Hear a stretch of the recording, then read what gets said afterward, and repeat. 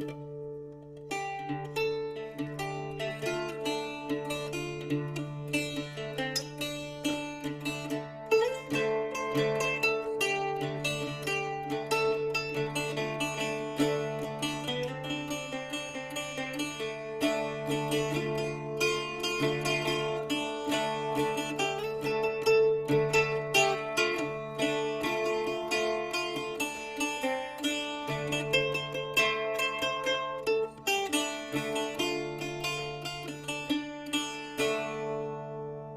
everybody, welcome back to the Noel Casler podcast, episode 117. Brought out the mandolin.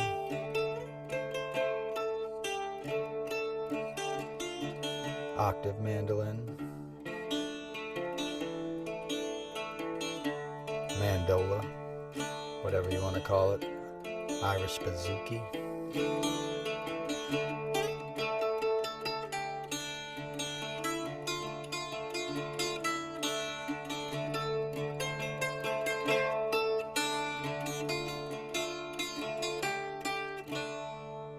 Wanted to play some music that sounded regional, sending it out for all my fellows in the South that are suffering today. That storm was no joke, flooding in the Appalachia, flooding in Tennessee. There's dams breaking. I'll get into that in a minute. North Carolina, Florida, obviously all over the place. People are hurting today. These storms are no joke. It's climate change. There's no other reason. We keep having all these catastrophic storms. It's because the oceans are getting hotter. And so are our politics. All right, so let's get into it. I was moved to do this podcast because I just heard about this dam. I think it's the Waterville Dam above Newport, Tennessee, and it just, collapsed. It was just breached, or whatever the proper term is, It failed, right? A dam failure, and people die when that happens. And 7,000 people had to be evacuated out of this town in Newport, Tennessee, and hope they're all, finding safe harbor and getting out of harm's way. But I noticed that the governor of Tennessee, Bill Lee, had sent out a tweet 7 hours ago, this morning, that September 27th was the day of prayer and fasting in the volunteer state, and he was calling on his fellow Tennesseans to join him, in praying for his wisdom, and praying for the Lord and all this stuff. First of all, God's a woman, okay, and she probably hates Bill Lee. But, what are you doing? There's nothing wrong with religion. There's nothing wrong with Christianity if it's applied properly. There's a lot wrong with this bigoted modern interpretation of Christianity that Republicans have co-opted. But, there's a reason you have separation of church and state. You don't need that stuff, pushed down people's throats. But my larger point is, what are you doing as the governor of a state where you're waking up on Friday morning and a catastrophic storm, the biggest storm to ever hit the Big Bend area of Florida, is going all the way up into your state after flooding Atlanta, after flooding all these other states and municipalities and towns and destroying countless lives. People lost their lives. They're losing their homes. What are you doing waking up as the governor, right? Like the head of emergency management, and being like, I'm going to send out that tweet I have planned on this day of prayer and fasting. And that's what he did. He had pictures taken, high quality pictures of him signing the bill at his desk, and he put it out. He didn't think, hey, maybe I should reschedule this or just put it on the DL or something. People were hurting in his state, and that was his response. And it just angered me. It made me want to come and talk to you guys, because there's a reason you don't do shit like that, right? There's a reason you don't want people in charge that are sort of posturing about their religion when people are actually hurting. Like, if Jesus was here, he'd be out there helping people who were drowning, and rescuing people. People were still being rescued, and this guy's doing this performative Christianity, shtick that we've become so used to. And they're the same people that are anti-LGBTQ plus, anti-women's rights. They say thoughts and prayers after a shooting. As we all know, there's been more than more than anybody can bear in all the states, but Nashville and Tennessee in particular has been hard hit by that kind of stuff. You had a mass shooting in Alabama over the weekend. Like, it's insane. And this, like, thoughts and prayers, there's nothing wrong with comfort, and higher power. It's part of my life. I'm in recovery. It's not like I don't believe in God or have a relationship, with a higher power of my understanding. But the reason it's of my understanding is that I don't have to push it on you, and when I'm called upon to do my job, I'm not proselytizing about my particular brand of religion, which happens to be a patriarchal male, in Bill Lee's case, who's probably voting for Trump and thinks everybody should have an AR-15, right? Because that's Christianity now. The guy, what's his name? Clay Higgins, who had this like horrible dehumanizing tweet about Haitian Americans. Haitian Americans, right? Those people in Springfield, Ohio that have been attacked, they're part of America. They came here legally. They got visas, and emergency passports because of the unrest in Haiti. And I'll get into more of that in a minute. My grandmother spent a lot of time in Haiti. She was pushing past soldiers in her 70s to help people, feed people. She'd been decades involved with Haiti, bringing all of people up from Haiti and staying at her home, and she'd go down there and they'd build schools and wells and all this kind of stuff. And they weren't missionaries. They were very devoutly Catholic people, but they did it because that's the calling of their religion, to help other people. My grandmother used to hang out with the Barragans, Philip Barragan, Daniel Barragan, the radical priests. She's a real Christian, and I've known many of them, and there's a lot of good that comes with that. So I'm not indicting that as religion, but this fake BS, I'm a Christian, but I carry a gun and I don't like people who aren't white, because that's basically what they're saying, right? So this Clay Higgins guy had this just disgusting tweet, for a congressman to put out. And he's a guy who was a cop formerly in Louisiana, and he beat up somebody who was in handcuffs and lied to his superiors about it and had to resign. So he's one of those guys already. He's a brutal kind of cliche of what you think of as a dumb white Southern racist with a badge, right? And we don't have to, you do your own research on that one. The South is full of these guys, That's what LA policing was. They got all those guys and brought them to LA and brutalized people in South Central LA. That history in American, life is an ugly one that we have not fully accounted for, but at least you thought we had moved past it as a people, right? So to see that tweet the other day, this is a few weeks after we all know what Donald Trump said during the debate, which was a lie based on J.D. Vance's BS, that Haitians were eating people's pets. It's disgusting. It's the kind of smear that people have been using against immigrants for hundreds of years in this country. They would say the same thing about Asian Americans. It's just the lowest common denominator slur that you use to appeal to ignorant people. I've known many Haitian people, famous ones like Wyclef, who I worked with a lot, Wyclef John and the Fugees. I did a big benefit for the earthquake that happened in Haiti in 2011. Or 10, I can't remember exactly what year. We did a big thing that George Clooney put together, and the Roots were the house band, and I still remember Sting playing Driven to Tears. I wrote about this on my Substack recently. I worked with a choir of these school children from Haiti who were flown up to be a part of this thing. They had escaped. I mean, Haiti got hammered. They still haven't recovered from that hurricane, and they had from that earthquake, rather, and then they had a horrific hurricane not too many years ago. That's when my grandmother was down there. But I worked with this choir of school children from Haiti, and these kids were like angels, and they were so grateful to just be in the room. They weren't grateful for charity. Don't get it the wrong way. They were grateful to sort of be alive and be a part of something. And they had a wisdom in their eyes and a spirit that lifted us all up, because we were tired. We'd been doing this kind of telethon type thing on both coasts, and it was, it's a lot behind the scenes, and we were doing it for a good cause. But you get in your head when you're doing TV production, because it's just performance after performance, and you want it to go smooth so you can raise money for what you care about. And these kids came in, and it was like a breath of fresh air. And you thought they would be the ones that, we'd be sort of tending to because they'd just gone through these horrors, and it was the opposite. They were so great and so professional and so brilliant. And it was just like a light shine through them. And I remember we booked them on something else immediately after.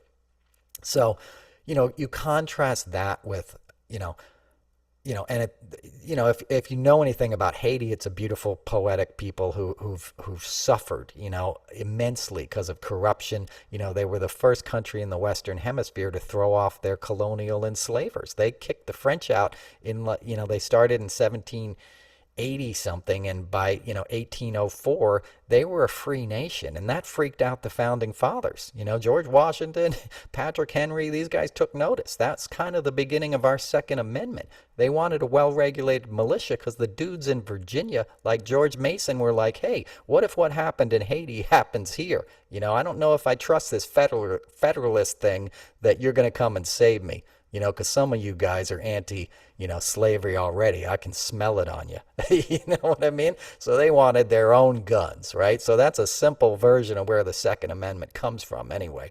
But, Haiti was the original country in our hemisphere to do that. But part of that deal was they had to pay back their enslavers. They had to pay back the French and stuff because they were once someone's property. And when they got their freedom, the people who owned them said, okay, we'll leave, but, you owe us. And that's why economically Haiti has always been the poorest, country in our hemisphere. And then you had Papa Doc Duvalier, and it's a complicated history and rife with exploitation and corruption, but with a beautiful genesis. With a genesis of freedom and dignity in the face of the kind of racial tyranny that has existed in our world for too long. So you want to move past that kind of stuff. You don't want people digging that kind of stuff up, and rubbing salt in the wounds. And obviously Haiti's never been in worse shape than they are now, So for Trump to pick on them, first J.D. Vance, but for Trump to use it because it was his only talking point. And this went unremarked upon in the media, which still bothers me, because he was asked the question about immigration, why did you block a bill that was a bipartisan bill that would have solved this problem? And you called up all your little lackeys in the Senate and in Congress and said, don't go forward with this because it'll help Biden and that'll hurt my campaign. And they acquiesced because they're not real men, and it's not a real party anymore. It's supplicants of Donald Trump. So he killed the bill, and he knew he didn't have an answer for that, and he knew that question was coming, even though he doesn't prep for debates beyond snorting Adderall and, asking what Ivanka was wearing last night.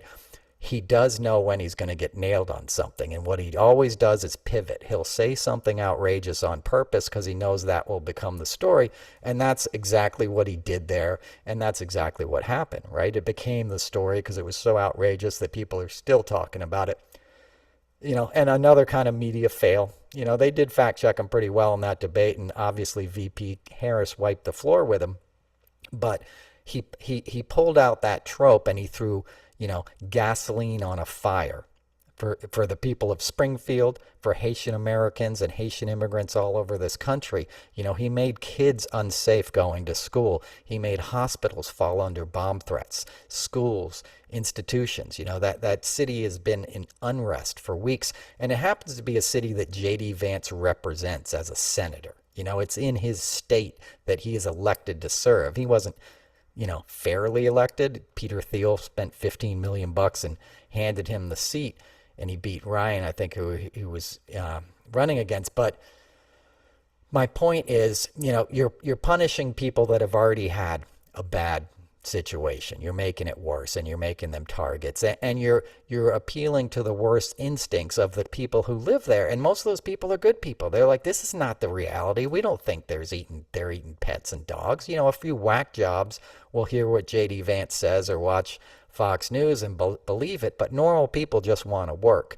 And the reason there were so many Haitians in that town is because they had a lack of workers, a lack of skilled workers, and word got out, and Haitians came and filled these jobs. And if you know anything about people from the Caribbean in general, you will not find harder workers. Jamaica, Haiti, you name it, Dominican Republic, like those dudes can work and those women can work, and work with pride. They will work you under the table. If you've ever had the honor of being a coworker with somebody, with that sort of background, they show up. They get it done. I lived in Park Slope back before it was like a hipster neighborhood. I lived in a Haitian neighborhood in the early 90s. The part of Prospect Place I lived on, it was all these great Haitian restaurants. You'd eat this great food. It wasn't super expensive, but there's a work ethic there that is unmatchable, and an artistry. Think of Basquiat and stuff. Like think of all the beauty and resources that our fellow Americans give to us by being a multicultural diaspora, whatever you say it. I'm so pissed off I can't pronounce stuff right. You know what I'm talking about, because it's the theme of this show. Anybody who's trying to point at somebody else and saying they're the other and they don't belong here is selling you a bill of goods and jerking your chain and making you weaker. Okay? That's not to say there aren't issues involved with immigration, and it has to be managed, and you have to make sure there's enough resources to care for people, and we're obviously under a lot of stress right now as a country because things are getting maxed out, and that's why you fix those problems, right? That's why there was an immigration bill to address this stuff, so everybody gets treated humanely and we do things in an orderly fashion, and we make it safe and secure for everybody. That's what you do. That's what a government does. You find a problem and you solve it, right? But Republican governance is let the problems get worse so I can get elected and blame it on somebody else. And it's not like they're going to fix that if Trump becomes president, right? It's not like they're going to be like, all right, now I'm going to fix the border. He's just going to grift and pretend to build a wall like he did last time and get kickbacks from the contractors that aren't going to finish the job, but they're going to give him his cut. That's what they did last time. He didn't build any freaking wall. He just spent a bunch of government money and took some for himself. That's what the presidency is to him. It's about staying out of jail and grifting and taking taxpayer dollars and putting them into his own pocket. And God forbid he gets another shot at the White House. That's all he's going to do.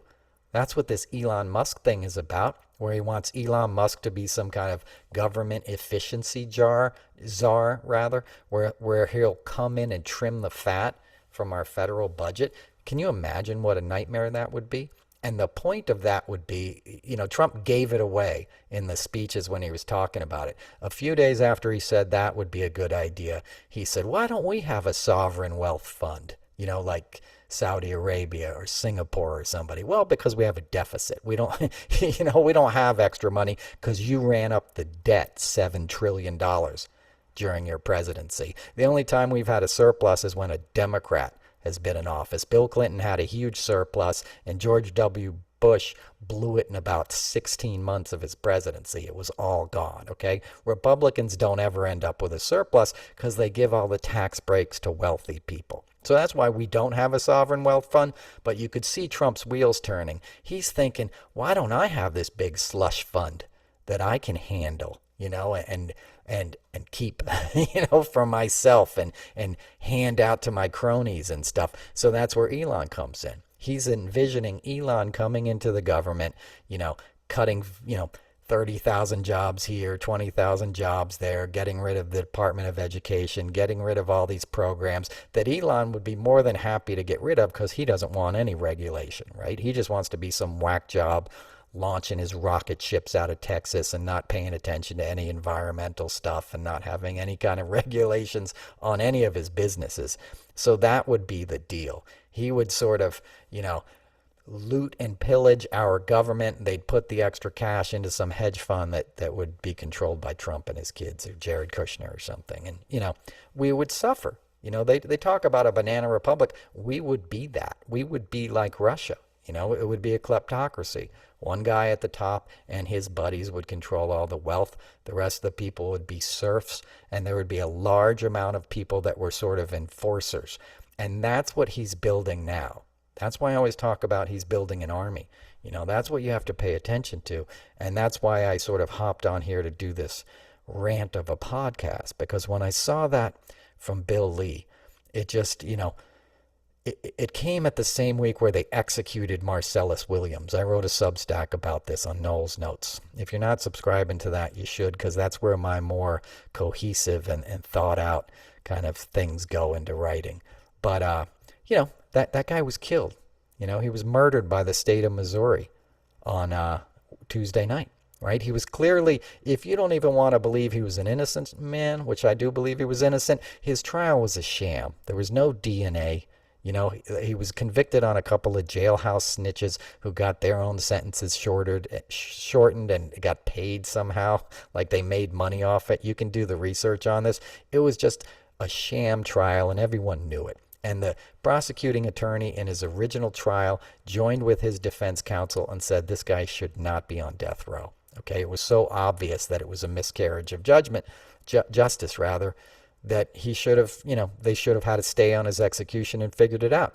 And the last governor, ironically, Eric Greitens, was the last governor of Missouri. He took this guy off of death row and appointed a panel to look into the DNA evidence and stuff. And then that guy, because he was a Republican, got his own scandal and had to step aside. And Governor Parsons took over in Missouri and didn't give it a second thought, disbanded the panel that was looking into this guy's case and going to free some of these guys on death row, said, no, you ain't doing any of that, and wouldn't even consider clemency.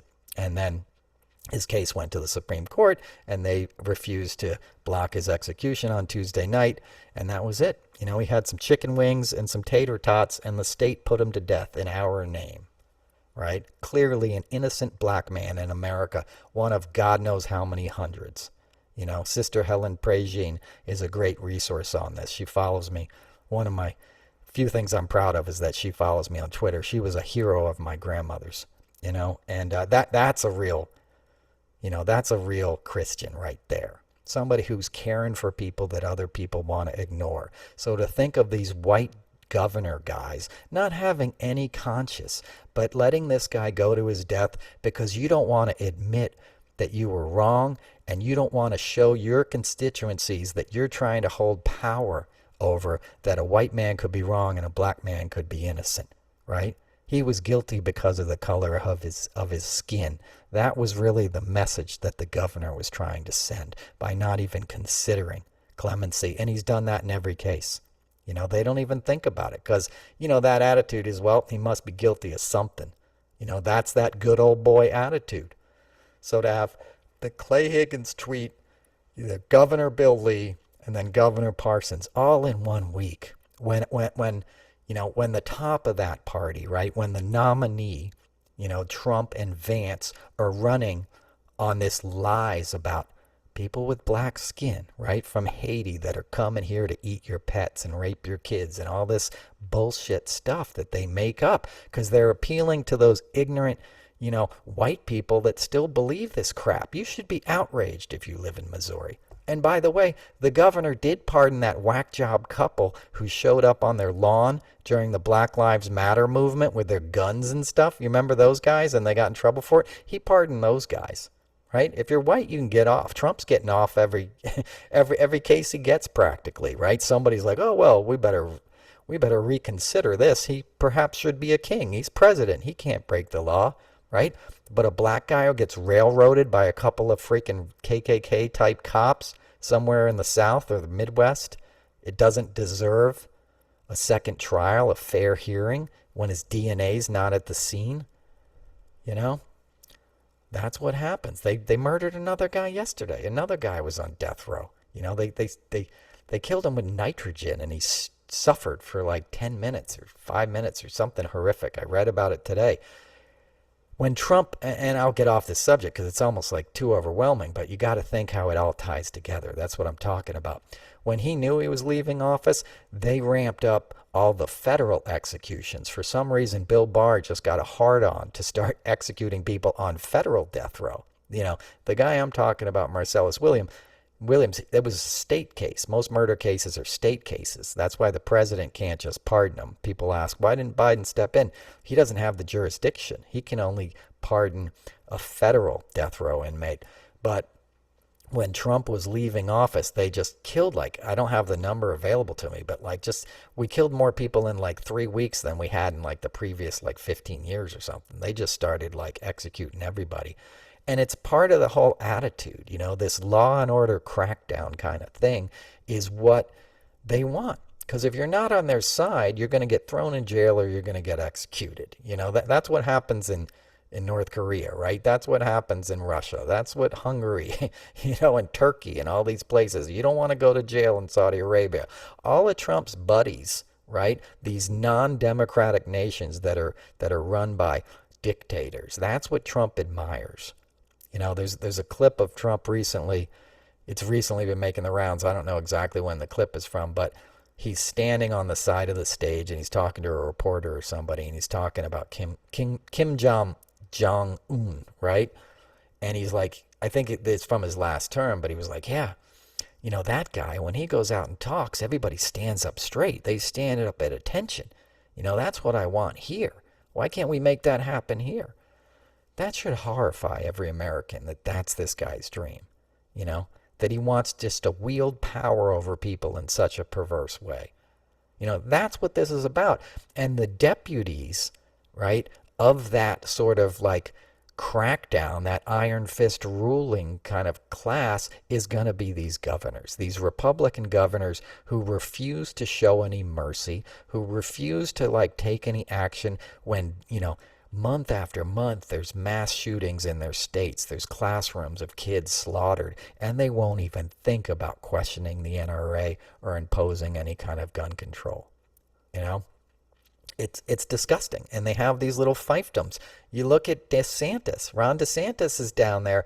Every briefing that's occurred in the last 24, 48 hours in Florida, and I'm like a storm chaser. I got up at 3 in the morning this morning because I'm not even a governor, and I care when people are in harm's way. And a lot of my listeners are in Florida and the South and North Carolina, and I love you all, and I'm praying for you all, and I know you're got better things to do than listen to this. But I'm like, I know people there. I go there. Like, I want to wake up if my countrymen are in trouble and just check what's happening with the storms. But and this was a big one. They were like, write your name in a Sharpie, write your name on your leg or your arm in a Sharpie and your date of birth. Like, that's some scary shit. You got to get out of there when you get a chance.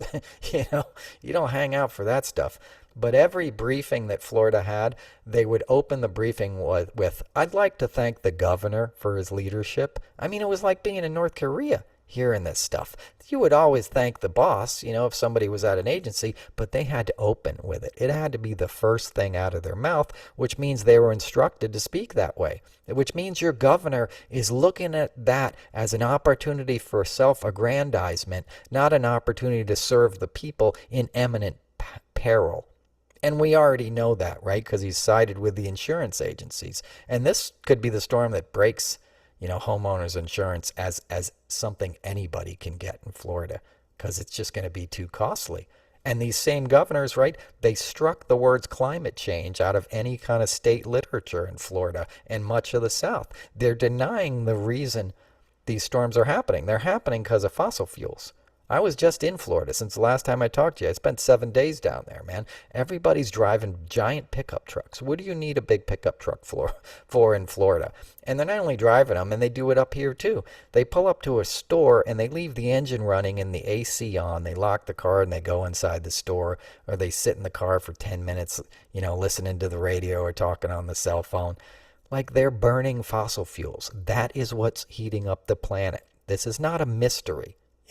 It's not something we can end overnight, but you got to be smart about it, right? But they don't want people to be smart about it, right? They don't want to admit that it exists because, first of all, they're beholden to the petrochemical industry, right? We heard Trump, he had a fundraiser with a bunch of oil executives in Palm Beach.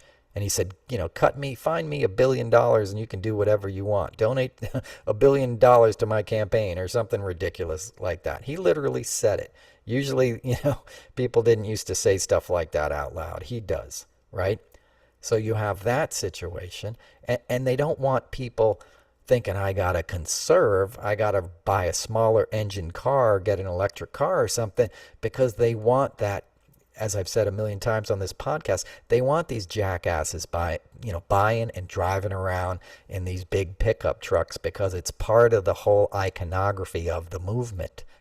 I'm a patriot. These guys are bullies on the road. Those cars are incredibly unsafe. They got huge blind spots. They're the leading cause in like pedestrian fatalities because people can't see you. They're driving these big fucking ridiculous things that nobody needs. Somehow we built this country without those giant pickup trucks. But now that it's all built, we need them again. Now that everything's freaking paved, especially in a place like Florida, there's barely any like grass or mangrove or anything left. Obviously, there's parts that have a lot of it, but not South Florida, not the part that sort of DeSantis cares about, and that Trump lives in, and where a lot of the political and financial wealth is concentrated, right? It's a big giant parking lot, a bunch of strip malls and restaurants. You never seen so many. Every 5 feet is another strip mall. It's all been paved over and giant skyscrapers and, because there's no regulation, right? Any schmuck who wanted to like be a developer could be a developer. You paid a few kickbacks. Nobody cared about aesthetics. Nobody cared that you were blocking out a view to the ocean.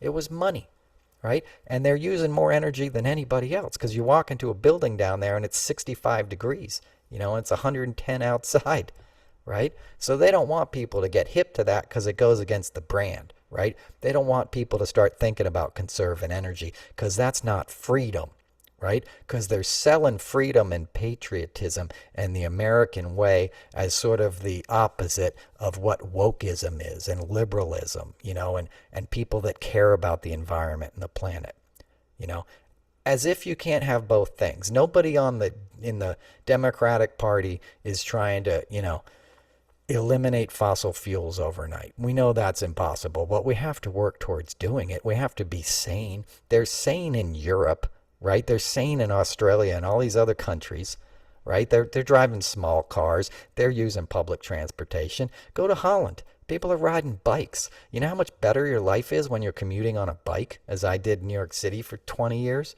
In the winter, any time of year, I was on my bike. Every gig I ever did.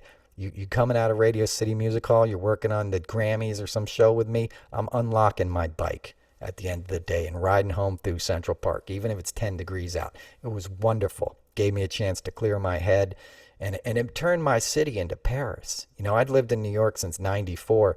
I was a bike courier in D.C. before that. I'm a cyclist kind of guy, but there was years where I didn't ride a bike and I would take the subways and all this, and I was always stressed out because I never knew when I was going to get to where I was going. And in TV, entertainment business, you can't be late. It's not an option. So I would always be having a panic attack on a subway or something if it stopped or, there was an incident on the tracks. And that's why I started riding my bike. I was like, hey, let me just ride my bike to the gig. And then I was like, I know exactly how long it takes me to get anywhere. And it changed my life because my head's swiveling and I'm looking around and I'm looking at people and I'm looking them in the eye and I'm going through the park and, looking at pretty girls and, seeing the sky and stuff. So if you change that in a city, if you go to one of these cities where everybody's riding bikes, it's wonderful. There's a different attitude and it's not a disaster. They're not all running into each other, right? Because you're part of a larger group, and when you sense the other people around you and you have to sort of have a give and take to flow, it somehow provides a cohesiveness amongst people, right? You go to Amsterdam. Take the ferry across the Amstel River, right? There's the north part of the town, and you take it to the train station, right? Take that ferry, and a lot of people will be on that ferry with bikes. When you get off that ferry, you're going off a little ramp, and you're going into like the equivalent of a highway there by the train station of cyclists, and they're all going in different directions. And you're like, oh my God, this is going to be a disaster. Like, I'm just going to ride off this thing and crash. And you don't, because everybody is kind of, clued in with each other. It's wonderful to see. I would like study it last time I was there.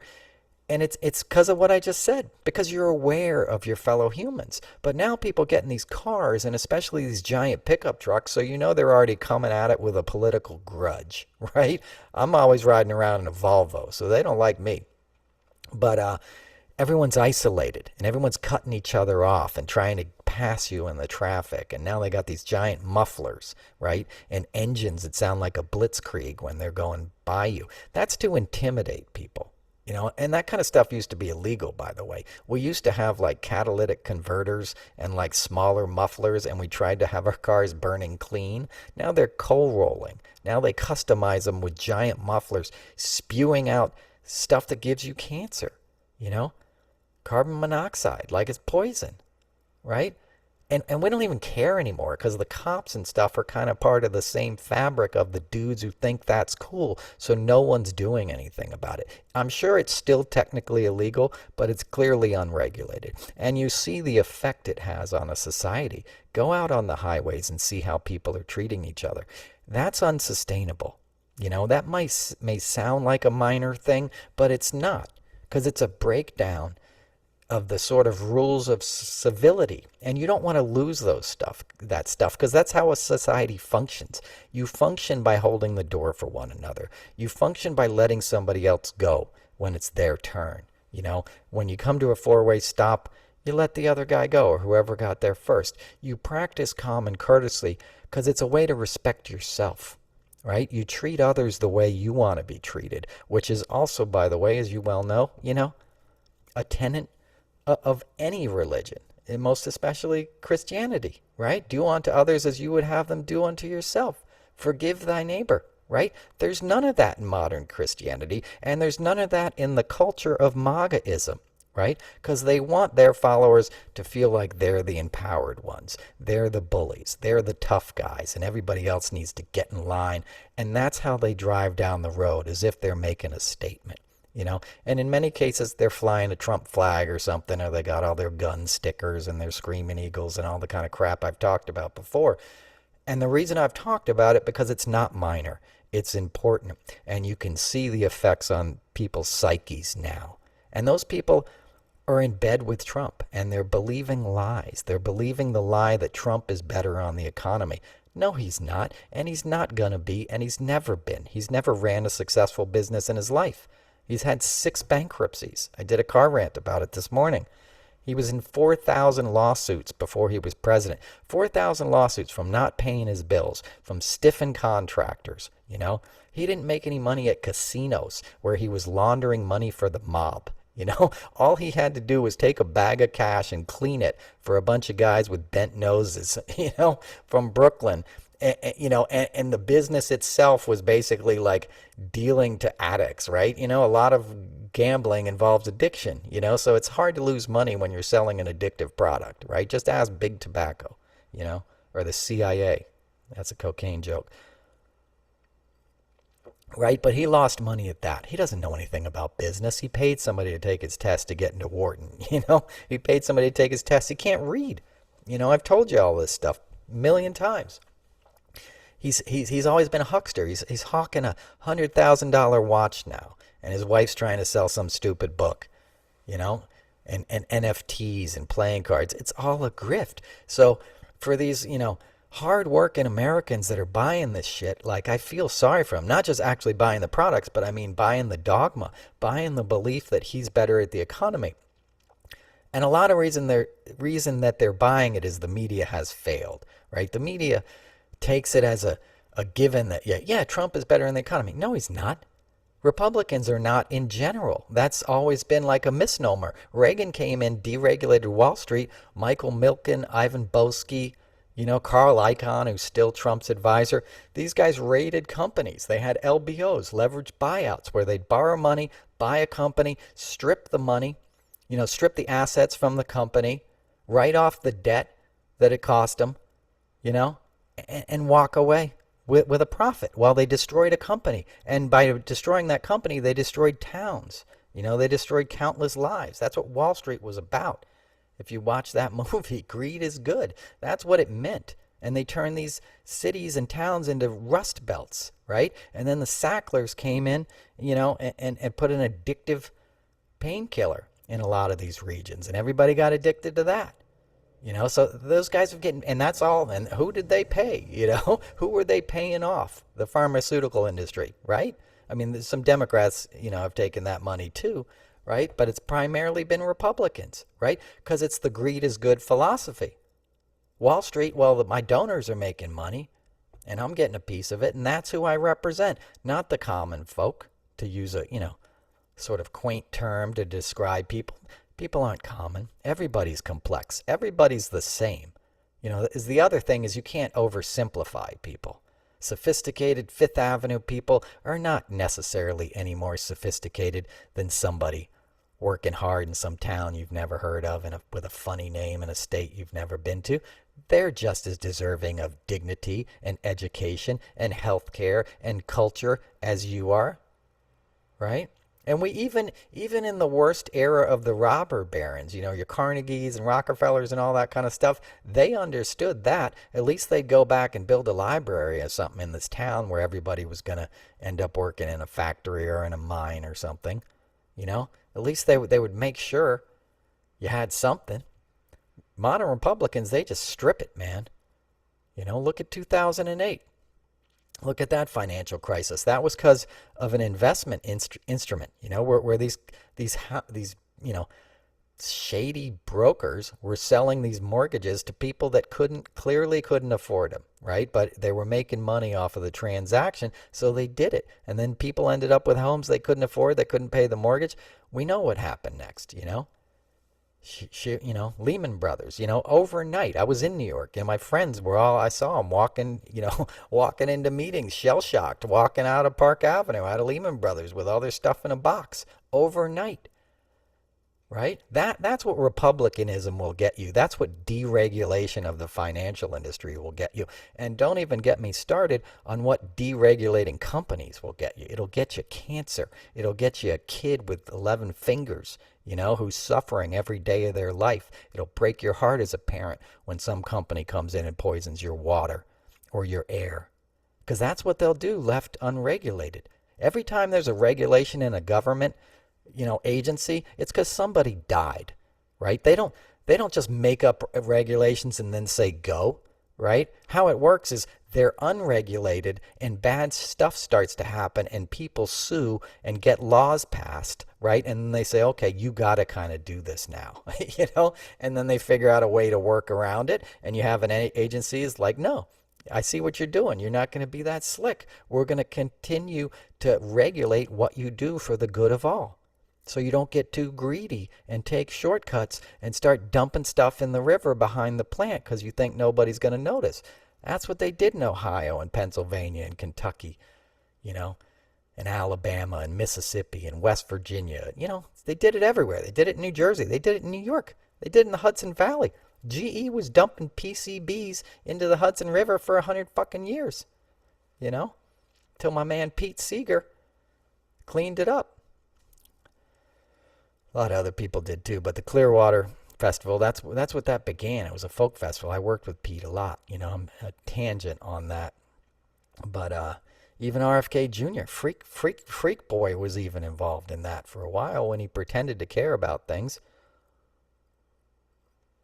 Anyway, you get my rant. You get what I'm talking about. Like that people think Trump is going to be better in the economy. The economy shut down. The world ground to a halt because he mismanaged COVID.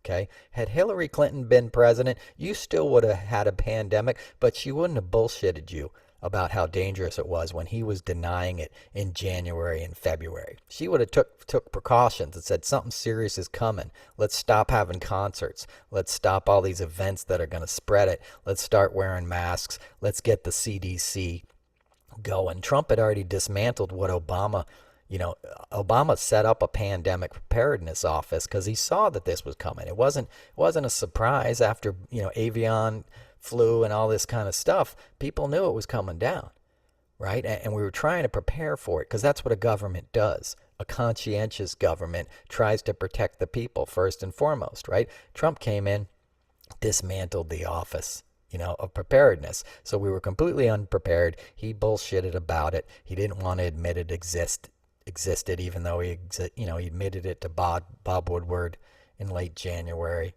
When we had our first cases, they were on a cruise ship. He was like, oh, I'm not going to let them dock so the numbers don't go on my watch. All he was thinking about was his own well-being. right? He was thinking about his campaign. He wasn't thinking about the people. And ultimately, 1 million people died. 1 million people died. People lost their livelihoods. They lost their health. There's people still with long COVID. We've all gotten it a few times, or many of us have, and we're all feeling the effects. It was a fucking disaster. You want more of that? You want that guy in charge again? You think that's going to help the economy? You think Project 2025 is going to be a boost for the economy? You think the rest of the world is going to be like, yeah, USA is a good place to invest now?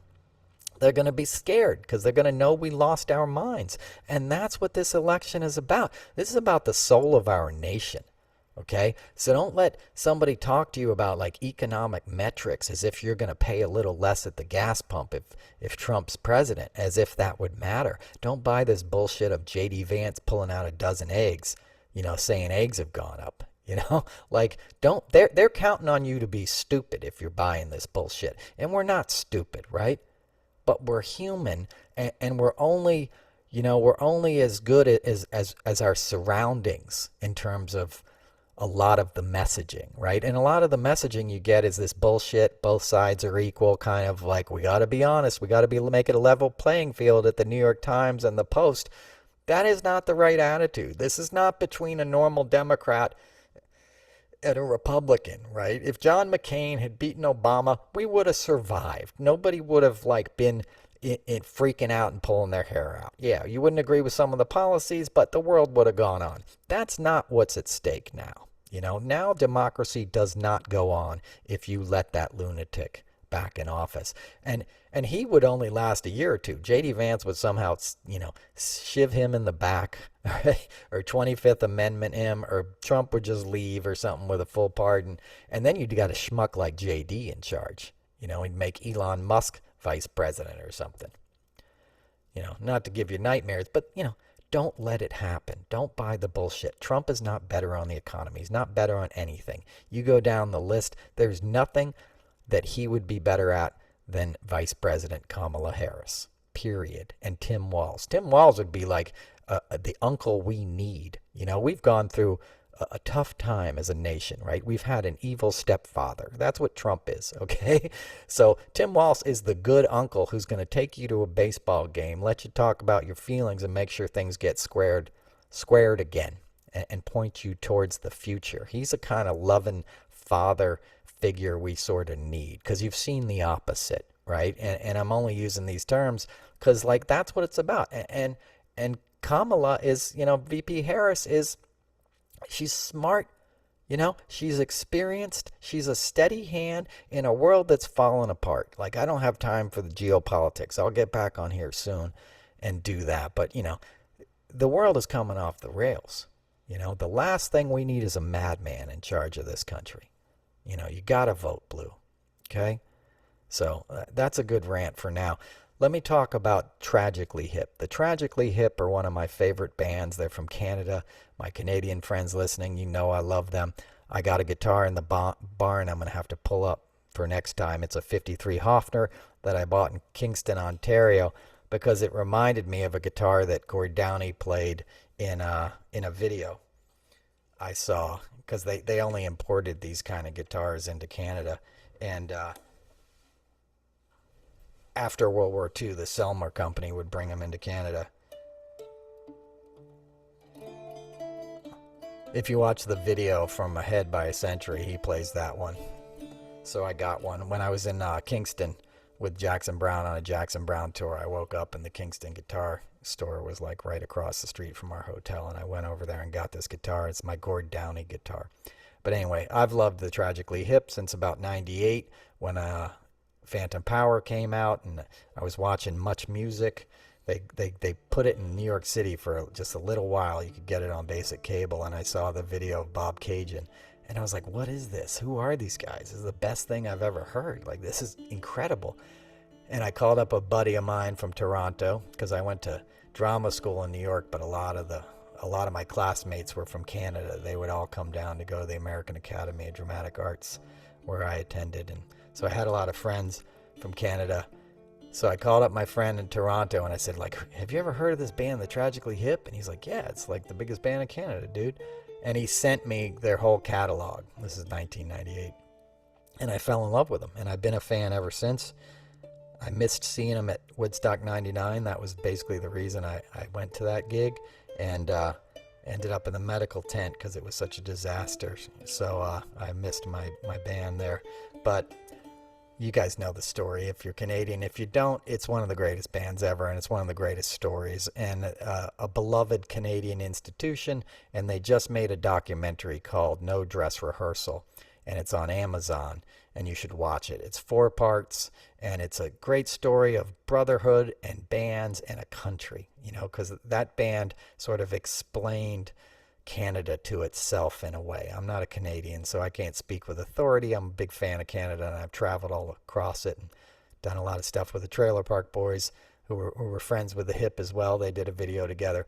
But, they would take these stories that were otherwise kind of obscure, and they'd make them into these songs. Gord Downie would, who was the lyricist and the singer and one of the greatest frontmen of all time, and a pure poet and an intellectual, and just a great guy. I mean, his life and his music and his art have meant more to me than I could express to you on this podcast, and I'm not alone in that.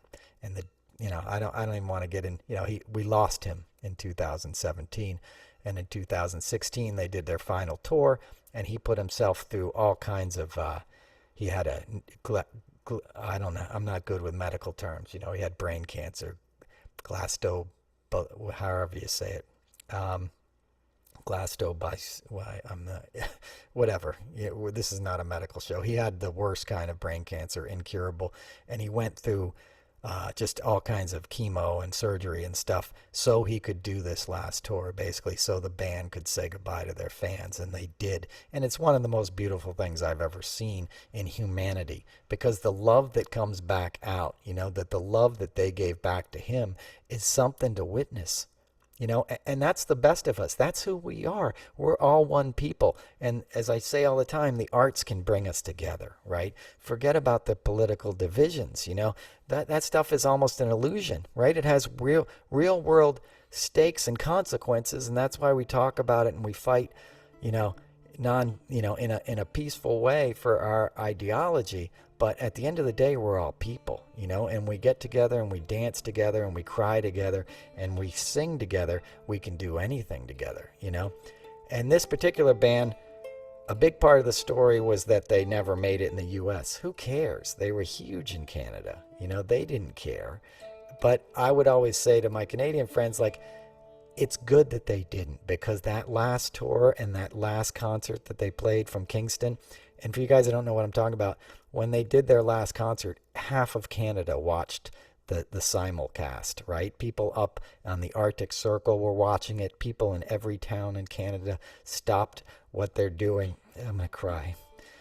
And came out and came together, and they watched, this band they love make this music they love, and they sang together. They cried together, They danced together. That's what we're supposed to do, man. That's what we're here for. You know what I'm saying?